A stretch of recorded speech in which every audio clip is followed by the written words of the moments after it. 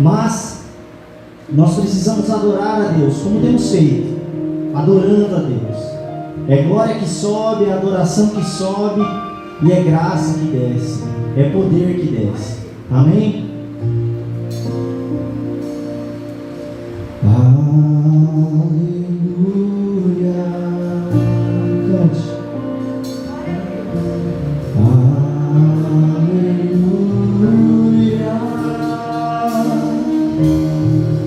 Poderoso Senhor nosso Deus.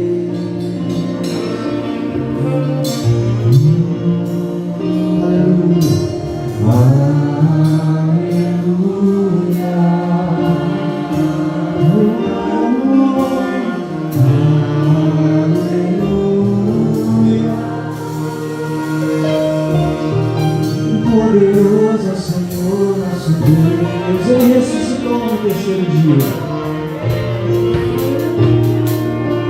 Sobre todo nome é o seu, Tu és digno do louvor. Eu cantarei com grande Deus, sobre tudo nome,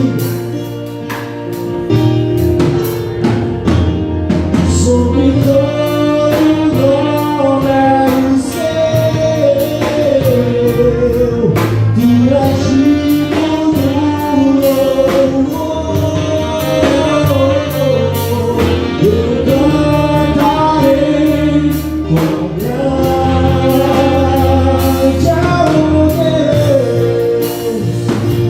meu Deus, quão grande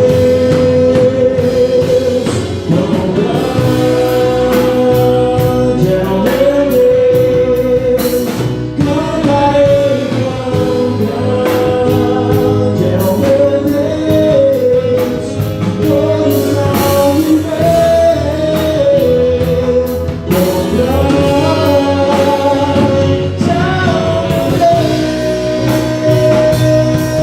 quão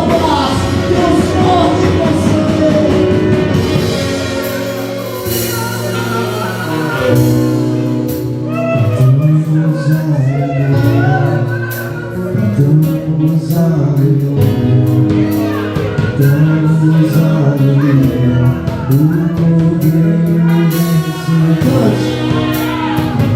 é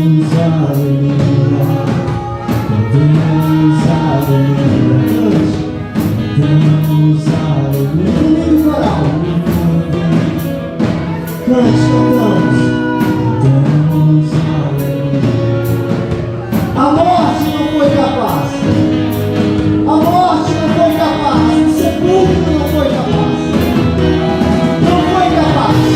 Ele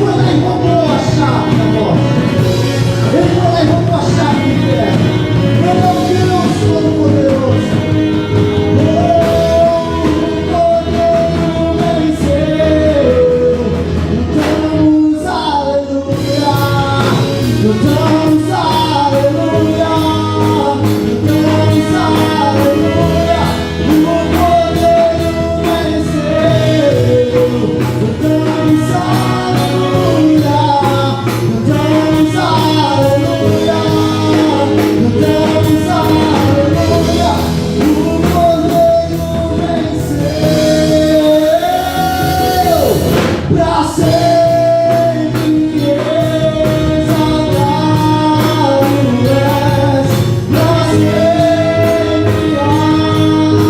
adorado és, pra sempre Ele vive, ressuscitou, ressuscitou.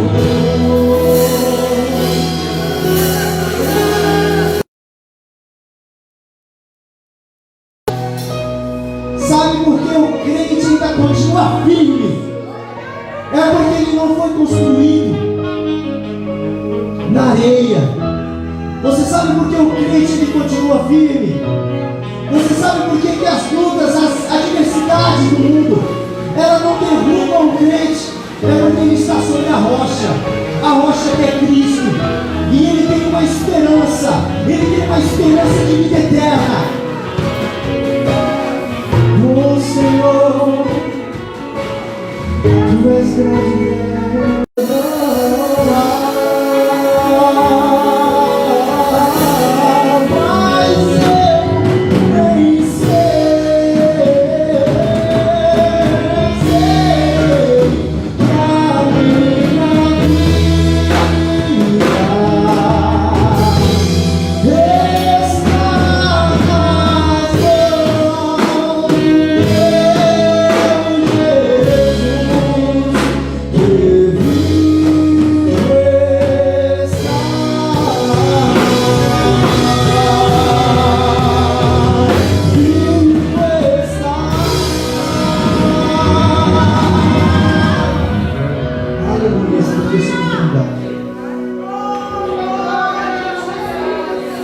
Glória a Deus. Aleluia. Que maravilha, né, irmãos? Por um momento, eu achei que era o Fernandinho que estava cantando. Mas daí eu olhei bem e vi que era melhor do que o Fernandinho. Glória a Deus. Louvado seja o nome do Senhor. Deus abençoe Silas. Tá? Deus abençoe grandemente. Glória a Deus. Queridos, nós vamos neste momento estar fazendo uma leitura da palavra de Deus que se encontra no livro de Êxodo, capítulo número 12. Irmãos, eu tenho orado ao Senhor, já que o nosso decreto saiu desse horário, né? Volta àquele horário antigo. Nós vamos ter então os cultos de ensino novamente na sexta-feira, a partir das 18h30, né? Às 18h30, como sempre, vamos estar iniciando já o estudo, tá? do culto de ensino. E Deus colocou no meu coração, como nós fizemos na vez passada, irmãos, entrarmos num assunto, né? E concluir esse assunto enquanto a sexta-feira for possível. E o que Deus colocou no meu coração, eu até tinha dito para os irmãos que nós íamos falar sobre o livro de Marcos, mas orando a Deus, o Senhor foi me levando para outros textos e outros temas. E nós vamos estar então, sexta-feira que vem, melhor dizendo, se Deus permitir, iniciando então, irmãos, um estudo onde nós estaremos falando sobre a cruz de Cristo. Você percebe que não é muito falado sobre essas coisas hoje em dia. O evangelho que está sendo pregado hoje por muitos, né? Trocaram a cruz de Cristo e colocaram a prosperidade e outras coisas. Muito difícil se ver falar sobre a cruz, o sacrifício de Cristo. Então nós vamos iniciar esse estudo, estar falando sobre o que as palavras da cruz significam para nós cristãos.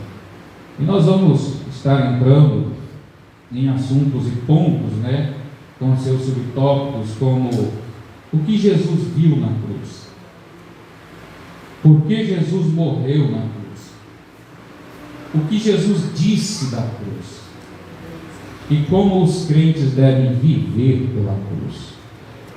Então esse estudo será dentro desses 4 tópicos, podemos dizer assim, mas claro que dentro desses tópicos vários pontos nós vamos estar abordando. Então eu te convido a você não perder o estudo de ensino, estar conosco para entender, irmãos, e compreender o instrumento, que onde Jesus foi crucificado, que te levou a uma vida de liberdade, de libertação, de escravidão do pecado. Quem achou, irmãos, Êxodo, capítulo de número 12, versículo 3 e o 6, 7, 11 e 12. Êxodo 12, versículo 3, 6, 7, 11 e 12. Diz-nos assim, irmãos, a palavra de Deus. Hoje nós estamos aí, como já dissemos no início, onde muitos comemoram-se o dia da Páscoa. Para nós sabemos que foi o dia em que o Senhor Jesus ressuscitou dentre os mortos. Diz-nos assim: este mês vos será o principal dos meses, será o primeiro mês do ano. Falai a toda a congregação de Israel, dizendo: aos 10 deste mês, cada um tomará para si um cordeiro, segundo a casa dos pais, um cordeiro para cada família, e o guardareis até o 14º dia deste mês. E todo o ajuntamento da congregação de Israel o imolará no crepúsculo da tarde. Tomarão o sangue e o porão em ambas as ombreiras e na verga da porta, nas casas em que o comerem. Desta maneira o comereis lombos cingidos, sandálias nos pés e cajado na mão. Comê-lo-eis à pressa, é a Páscoa do Senhor. Porque naquela noite passarei pela terra do Egito, e ferirei na terra do Egito todos os primogênitos, desde os homens até os animais. Executarei juízo sobre todos os deuses do Egito. Eu sou o Senhor. Amém? Glória a Deus. Queridos, eu convido vocês para estarem prestando a máxima atenção na palavra do Senhor que nós vamos trazer ao teu coração nesta manhã. Eu acho muito lindo, amados irmãos, quando a gente começa a ler a Bíblia, principalmente o Antigo Testamento, e fazer comparação com o Novo Testamento.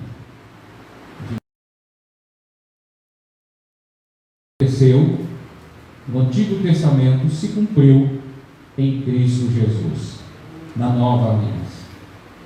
Qual é o significado da Páscoa? 400 anos antes, Deus disse a Abraão, no versículo 13 e 14 do capítulo 15 de Gênesis, Deus disse assim: sabe com certeza que a tua posteridade será peregrina em terra alheia, e será reduzida à escravidão, e será afligida por 400 anos. Mas também eu julgarei a gente a quem tem de sujeitar-se, e depois sairão com grandes riquezas. Esses 400 séculos, irmãos, de trevas haviam terminado. Então era o tempo do povo de Israel sair da escravidão para a riqueza, sair da opressão para a liberdade, sair da escuridão para a luz. E eles deixaram o Egito para trás, pois a terra prometida estava diante deles, fluindo com leite e mel. Segundo os estudiosos, eles dizem que os faraós daquela época, eles usavam uma coroa com uma serpente naja na parte frontal da coroa. Nós sabemos que essa serpente, ela pode muito bem simbolizar o próprio Satanás, conforme está em Gênesis capítulo 3, versículo 1 a 14, Apocalipse 12, versículo 9. A coroa de Faraó ali então simbolizava o principado dominante no mundo espiritual sobre o Egito. E o tempo de Deus havia chegado para livrá-lo do domínio tirânico e satânico de Faraó. para o benévolo reino de Deus, sob a liderança de Moisés. Faraó ele não desistiria, dos seus escravos muito fácil assim, sem uma batalha. Então a Bíblia nos diz que 10 pragas terríveis caíram sobre o Egito antes que o faraó e o povo egípcio suplicassem. Isso você vai ver em Êxodo 12, 31 e 32. Deus disse a Moisés que a última das pragas seria a destruição e a morte de todos os primogênitos, dos animais e dos homens. Para salvar o seu povo, Deus então lhe fez, irmãos, preparativos para passar sobre eles. E assim surgiu então a Páscoa. Porque Páscoa no hebraico é Perash, e no grego Pascha, de origem aramaica, e significa festa com que os israelitas comemoravam a saída do Egito, e a passagem, a liberdade e a comunhão plena com Deus. É o acontecimento mais importante do Antigo Testamento. Foi a partir daí que a história da salvação ela começou a ser esboçada com cores mais fortes. Ceia pascal, sacrifício pascal, que era comum ser oferecido por causa da libertação do povo do Egito. Cordeiro pascal, cordeiro que os israelitas tinham o costume de matar e comer no 14º dia do mês de Nisan, o primeiro mês do ano para eles, em memória do dia no qual seus pais, preparando-se para sair do Egito, foram ordenados por Deus a matar, a comer o cordeiro e aspergir as ombreiras de suas portas com o seu sangue, para que o anjo destruidor, vendo o sangue, passasse por sobre as suas moradas. E quando nós olhamos para esse cordeiro, nós vemos que Cristo, ele foi crucificado, e ele é comparado ao cordeiro pascal imolado. Esses acontecimentos, irmãos, ficou como concerto perpétuo. Êxodo capítulo 12, versículo 24 e 28, nós lemos assim: guardai, pois, isso por estatuto para vós outros e para vossos filhos, para sempre. E uma vez dentro na terra que o Senhor vos dará, como tem dito, observai este rito. E quando os vossos filhos perguntarem: que culto é este o vosso? Respondereis: é o sacrifício da Páscoa ao Senhor, que passou por cima da casa dos filhos de Israel no Egito, quando feriu os egípcios e livrou as nossas casas. Então o povo se inclinou e adorou. A festa da Páscoa, ela não deveria ser esquecida pelos israelitas, pois eles celebravam a libertação e a saída da escravidão do Egito. Seria uma festa perpétua. O que a Páscoa, irmãos, representa para nós hoje? O que a Páscoa, então, representa para nós cristãos hoje? Representa o coelhinho orelhudo trazendo o ovo de chocolate? Não.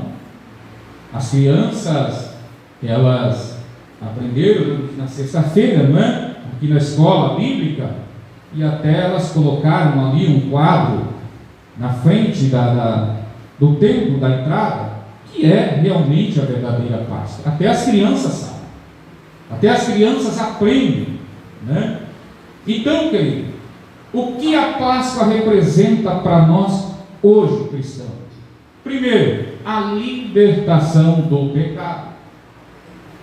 Assim como a Páscoa foi o fim da escravidão, do sofrimento e da pobreza para os filhos de Israel, da mesma forma, irmãos, quando nós voltamos para o nosso Cordeiro Pascal, Cristo, nós temos também um novo começo. nós temos também uma nova vida de liberdade. Pois é assim que a Bíblia nos diz em 2 Coríntios capítulo 5, versículo 17. E assim que se alguém está em Cristo, nova criatura é. As coisas velhas já passaram. Vida de pecado, vida de imoralidade, tudo isso ficou para trás e fomos feitos nova vida em Cristo Jesus. Tudo se fez novo. Os pecados, erros e fracassos do passado não nos comprometem mais. Fizemos parte de uma nova família, com uma nova genealogia, com uma nova aliança e com um libertador mais maravilhoso do que alguém jamais poderia imaginar. A libertação de Moisés foi maravilhosa. Foi uma salvação da escravidão e suas amarras. A salvação de Jesus Cristo, no entanto, é ainda mais maravilhosa. Ela salva do pecado e da sua penalidade. E começamos então uma nova vida, temos um novo começo, nos chegamos a Cristo Jesus. Que maravilhosa ilustração, irmãos, da nossa própria salvação através de Cristo. Hebreus capítulo 2, versículo 3, a Bíblia nos diz: a Páscoa retrata ali, irmãos, perfeitamente o que? A nossa grande salvação. Louvado seja o nome do Senhor Jesus. O que a Páscoa representa para nós? A libertação do pecado. Ainda falando nesse tópico, como se davam os preparativos, irmãos, para o sacrifício da Páscoa? Como se dava os preparativos para o sacrifício da Páscoa? Aqui eu quero que você dobre a tua atenção, irmãos, porque isso aqui é extraordinário. Quando eu estava estudando, quando eu estava lendo e fazendo a comparação, irmãos, a gente vê como a Bíblia, pastor Geraldo, ela é extraordinária. E quando cristão, irmãos, eu sempre digo isso, você debruça sobre ela, repousa os seus olhos sobre ela para compreender, para entender, ele sai dali alimentado, fortificado, sustentado, cheio de riquezas espirituais. Veja só, irmãos, como se davam os preparativos para o sacrifício da Páscoa. Eu acho interessante, irmãos, que em Lucas capítulo 25, versículo 15, Jesus ele disse assim para os seus discípulos: desejei muito comer convosco esta Páscoa. Aleluia. Só que Jesus, irmãos, estava comendo a Páscoa com seus discípulos, mas ele não precisou sacrificar o cordeiro como os outros, como as outras pessoas que levavam o cordeiro para ser sacrificado. Jesus não precisou sacrificar o cordeiro para trazer aos discípulos e comer com eles a Páscoa, porque ele era o próprio Cordeiro de Deus.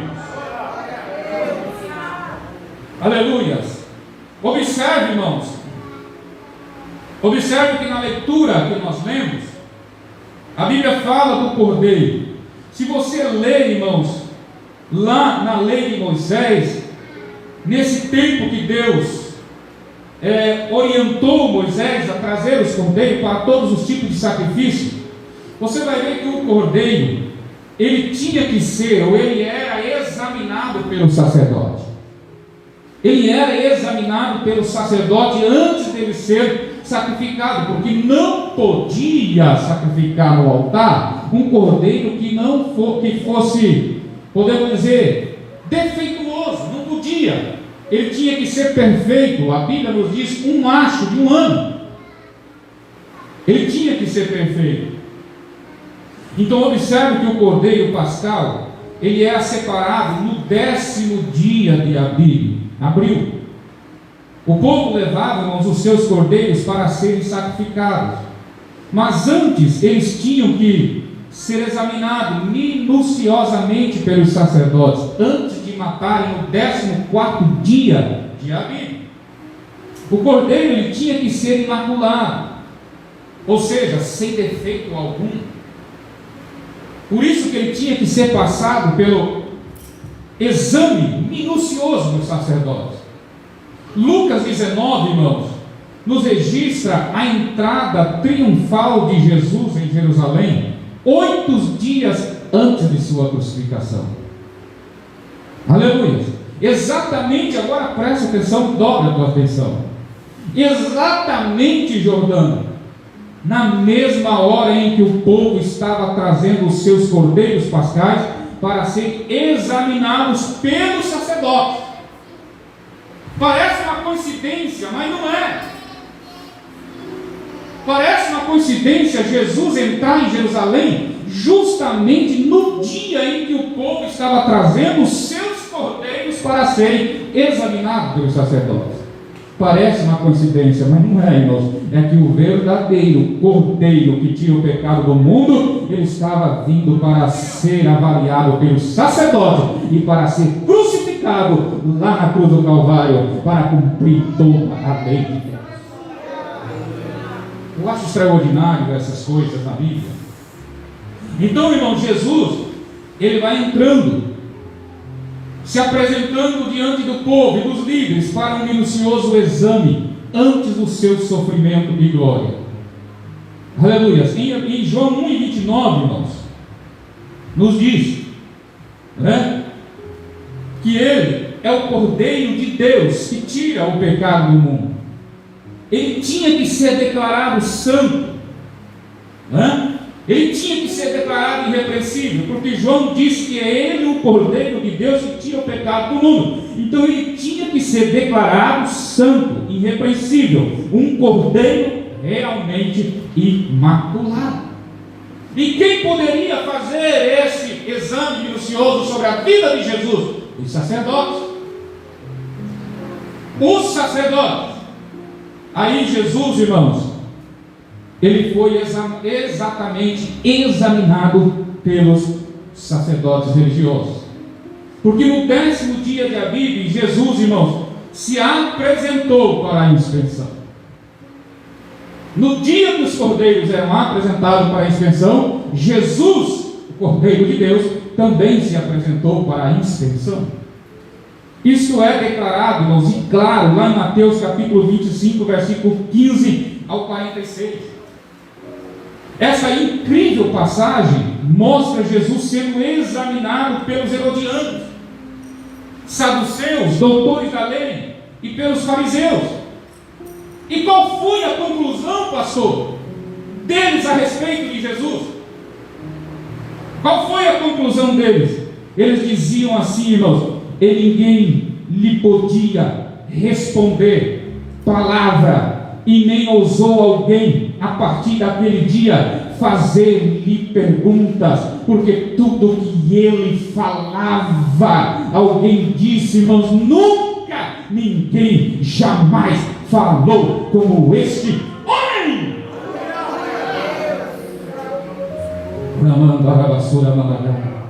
Examinaram todos os seus termos, mas não acharam defeito no Cordeiro de Deus, não acharam defeito, aleluia, no Cordeiro que veio para tirar o pecado do mundo. Aleluia! Jesus, ele foi também examinado, irmãos, pelas autoridades civis. Após um minucioso exame do Cordeiro de Deus, o próprio Pilatos declarou que Jesus estava qualificado para ser o Cordeiro Pascal.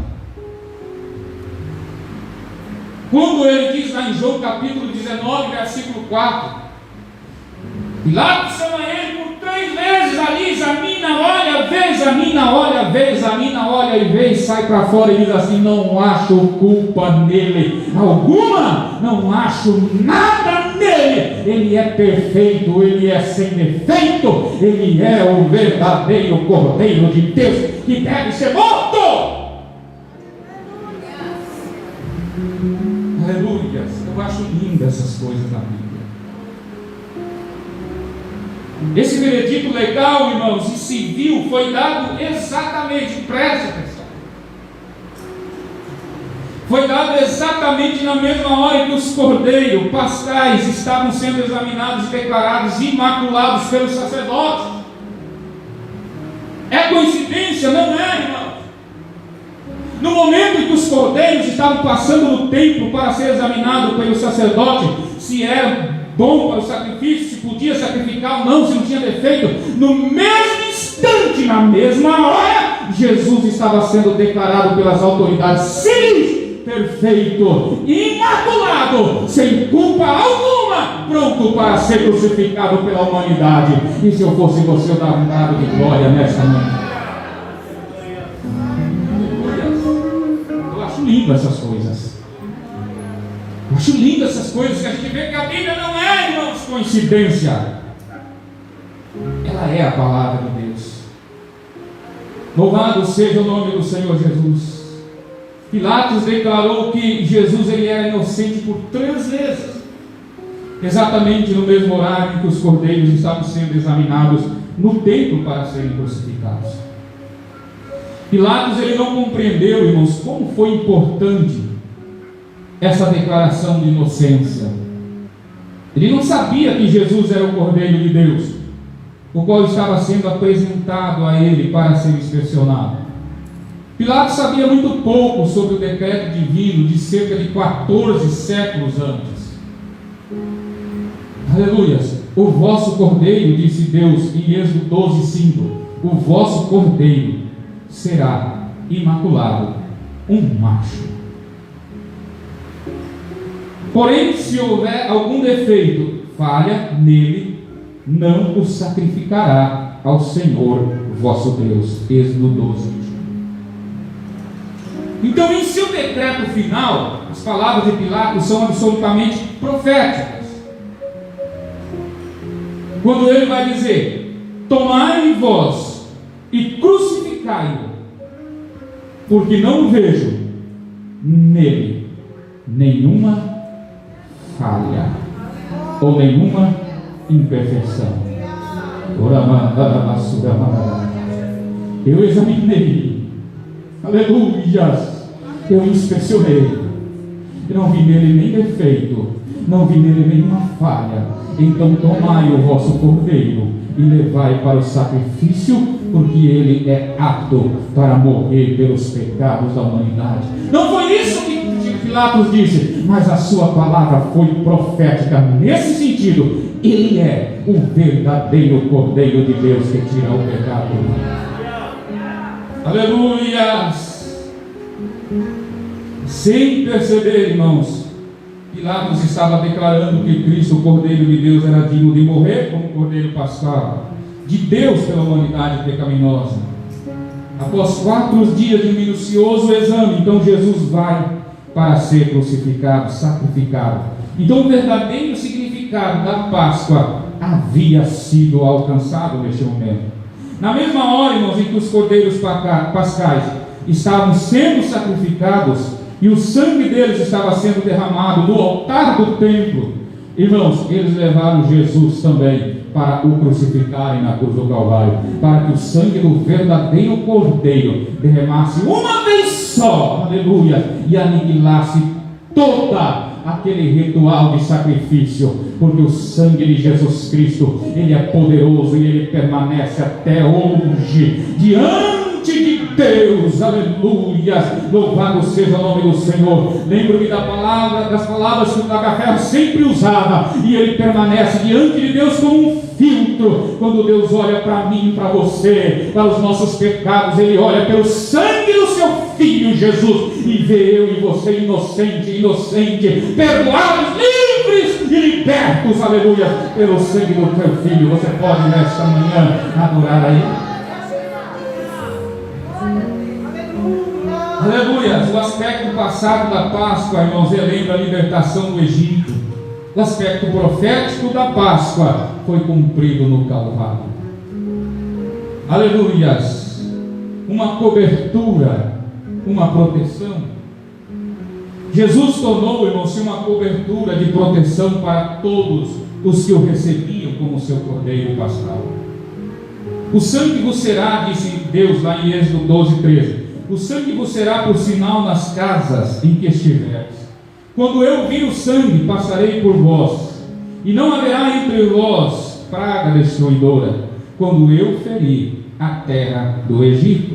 1 Pedro 1,19 diz assim: mas ele pagou, melhor dizendo, por vós, com o precioso sangue de Cristo, o imaculado e incontaminado Cordeiro de Deus. Não foi nada por acaso, irmãos, o fato de que o sangue colocado na verga acima da porta. Não foi nada por acaso. Quando Deus disse: olha, colocai o sangue na verga acima da porta e nas suas ombreiras, não foi nada por acaso. Já era, amados irmãos, uma figura do que estava acontecendo, ou do que ia acontecer com o verdadeiro Cordeiro de Deus. E eu fui pesquisar, irmãos, essa questão das ombreiras e da verga. Verga é aqui em cima, ombreiras é aqui do lado. Passava-se então, irmãos, uma mancha aqui desse lado, aqui em cima, uma mancha desse lado e outra mancha desse lado. E quando esse sangue pingava, aleluia, no chão, ele formava então ali, irmãos, naquela porta, um símbolo de uma cruz. Sangue lá, sangue ali, e o sangue pingava até embaixo, a cruz de Cristo. Mas o povo não entendeu. Aleluia.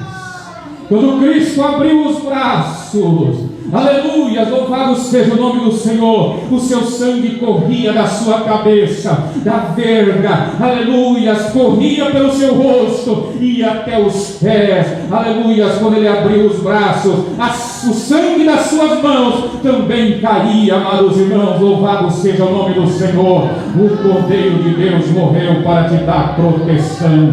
Você pode glorificar Ele nessa noite.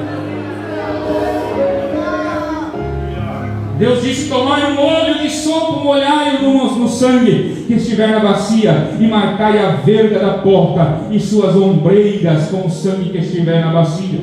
Nenhum de vós saia da porta da sua casa até pela manhã. Aleluia! Será que seria por acaso, irmãos? Não.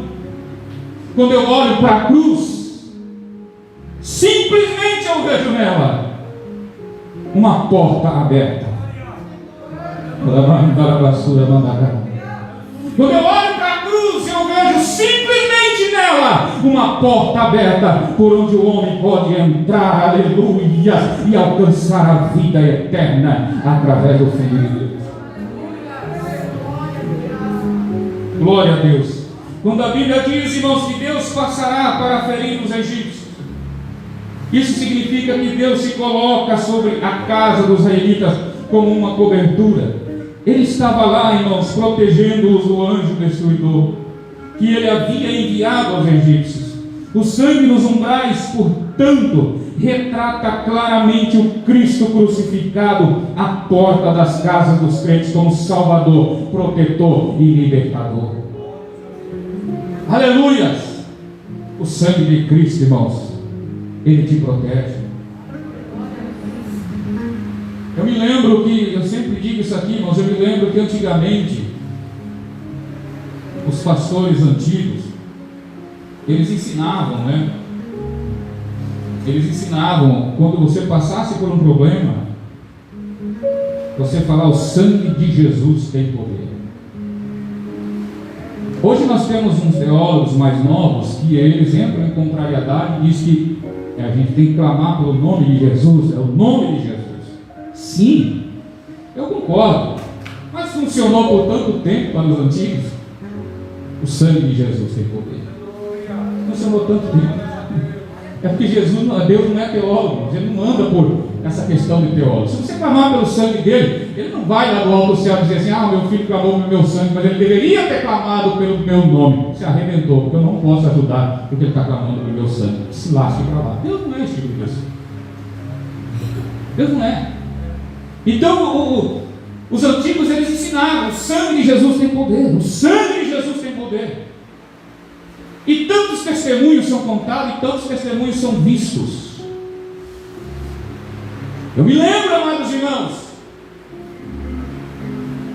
de uma certa vez, eu já contei para alguns irmãos aqui, mas eu vinha, irmãos, do culto ali na sede em Amambai. Eu morava muito longe. E eu vinha de bicicleta. E eu vinha, irmãos, olha, e numa escuridão, pastor Geraldo. Escuridão que eu digo assim, né? Ruas escuras naquela época, né? E tinha a casa, irmãos, de um homem. Eu conheço ele, mas me foge a memória o nome. E era uma casa muito grande. Ele criava uns Rottweilers daqueles, né? Bem assustador. E eu vinha de bicicleta descendo, irmãos, e aquele portão, depois, já umas 9h30, 10 horas da noite, eu vinha da sede do culto de ensino. Eu acho que aquele homem imaginou que ninguém ia passar por ali, porque 9h30, 10 horas da noite, ele abriu o portão da garagem, da casa dele, e ele estava fazendo não sei o que lá, mexendo, e os cachorros todos ali, 2 cachorros. E um daqueles cachorros viu que eu passei com tudo na bicicleta, ó, atrás, irmãos. Se tivesse uma bicicleta de marcha como essa de hoje, essa nova aí, talvez eu tinha voado, mas naquela lá não deu. E aquele cachorro, ele veio, irmãos, mas ele veio jogando para me pegar mesmo. Ele vinha para pular, gente. Quando ele chegou, amados irmãos, irmãos, eu só disse assim: o sangue de Jesus tem poder. O cachorro, irmãos, deu aquela freada, aprontou um griteiro, e parece que alguém tinha dado um pau nele.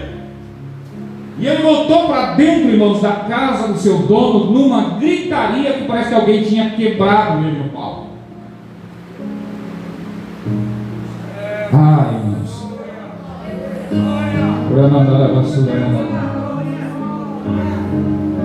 eu li no Mensageiro da Paz uma certa vez o testemunho de uma menina que ela saiu do culto e ela sempre tinha costume de morar num apartamento sozinha em São Paulo, fazendo faculdade, mas ela tinha sempre por costume de dobrar os seus joelhos e orar, pedindo a Deus: Senhor, cobre-me com teu sangue. Quem lembra dessa oração antiga?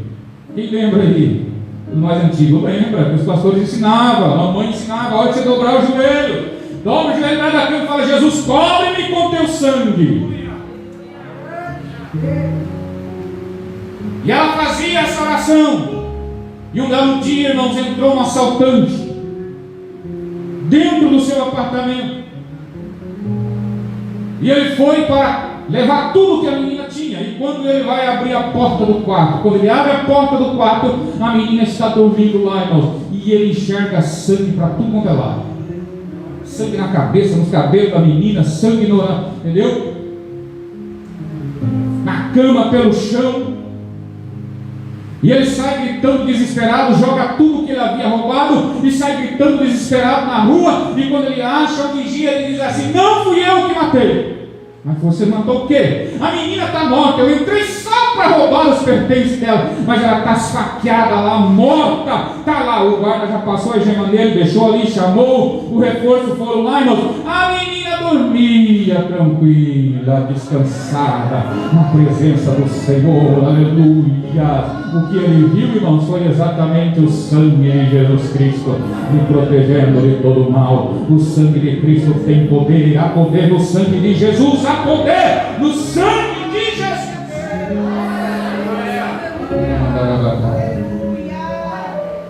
Para libertar de todo o pecado, mas também para proteger, trazer proteção. Todos que aceitam, irmãos, o sangue do Cordeiro derramado e se escondem por detrás dele, encontram uma perfeita proteção contra o destruidor. Aleluia. Eu acho lindo. É bem verdade que a Bíblia não diz o diabo, mas quando ela fala do ladrão, ele está justamente ali, irmãos, trazendo a simbologia do próprio diabo. João 10:10 ele diz assim: mas o diabo, ou melhor, o ladrão, vem para matar, roubar e destruir.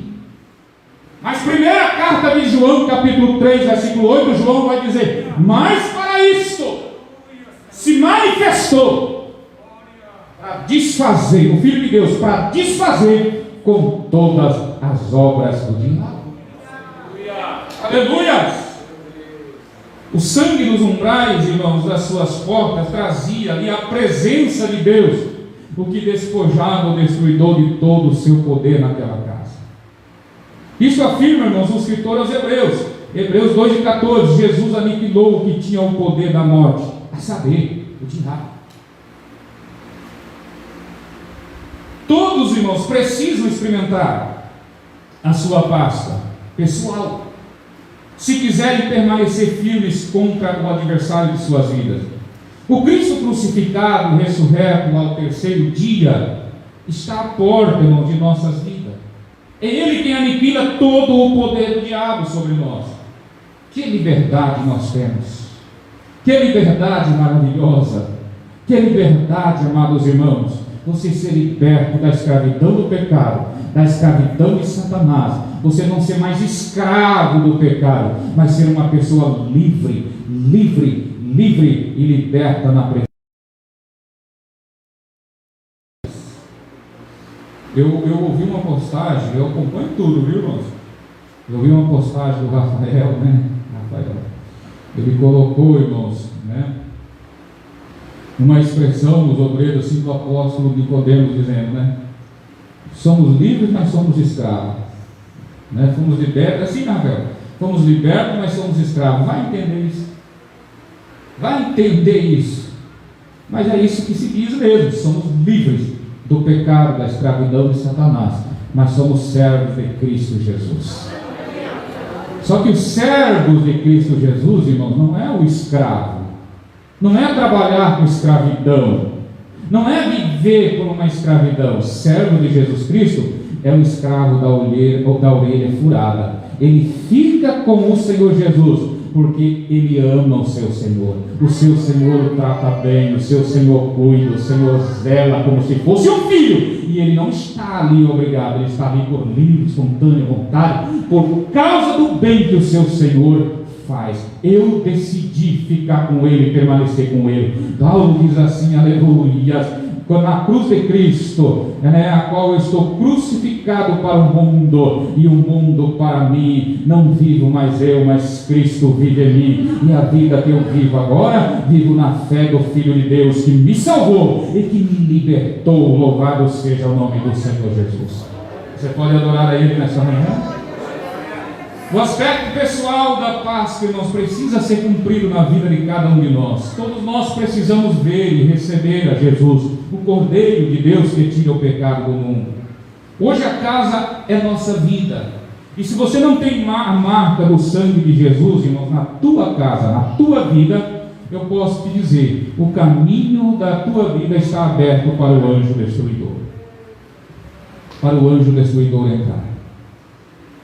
Porque sangue é vida.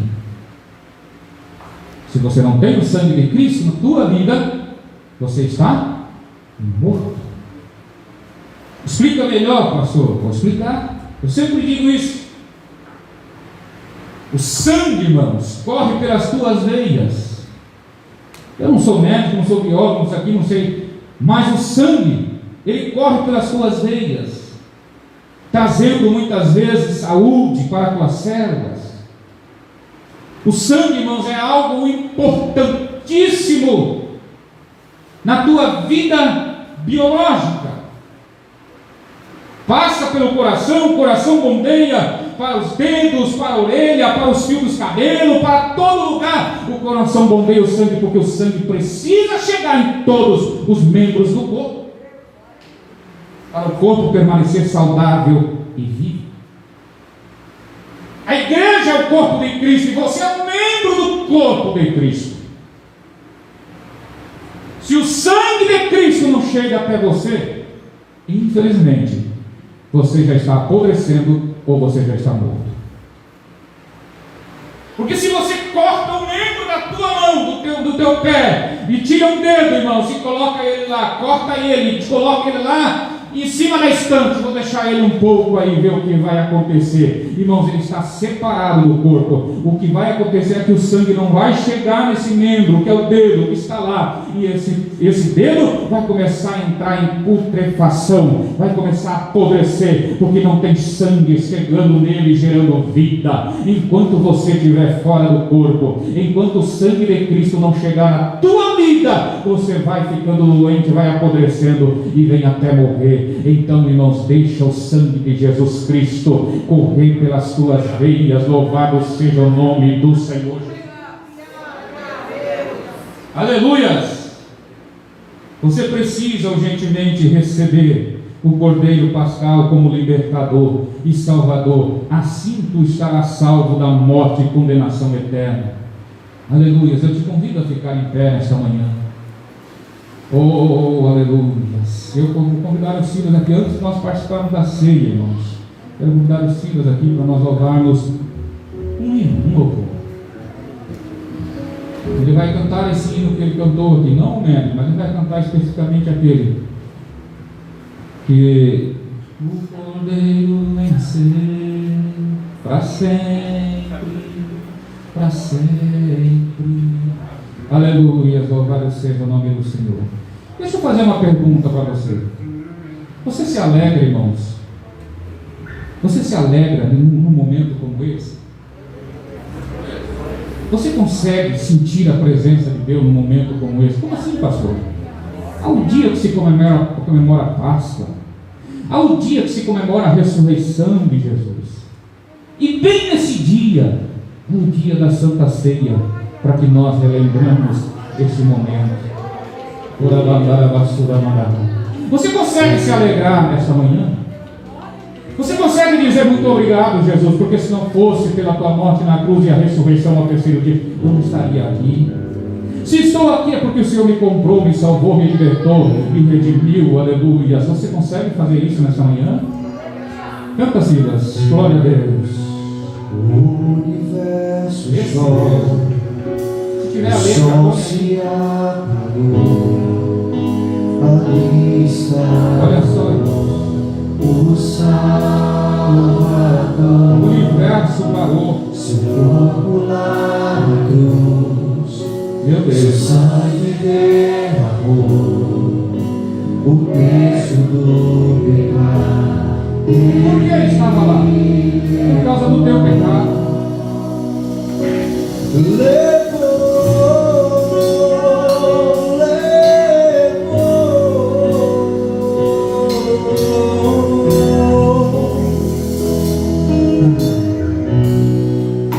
Deus Pai o abandonou, cessou seu respirar, em trevas se encontrou o Filho,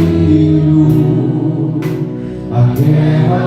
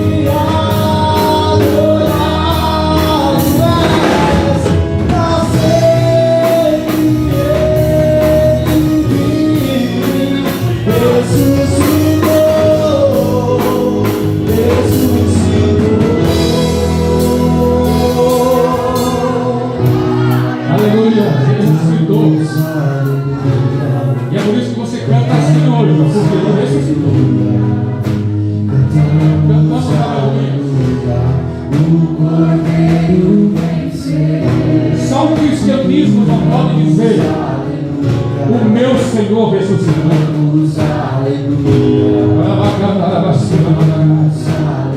Só o cristianismo pode afirmar isso. O túmulo do nosso rei, o túmulo do nosso Senhor está vazio.